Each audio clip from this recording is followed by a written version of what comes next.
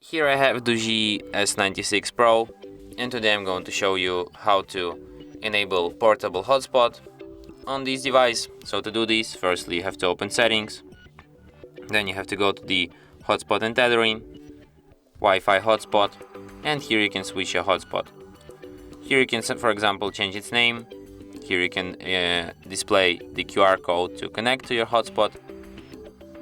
Here you can, for example, select the security protocol, select VPA2 if you want to have password, select none if you don't want to have any password. Here you can change your password.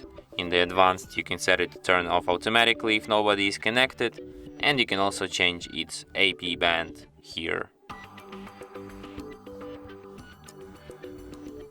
And that's it.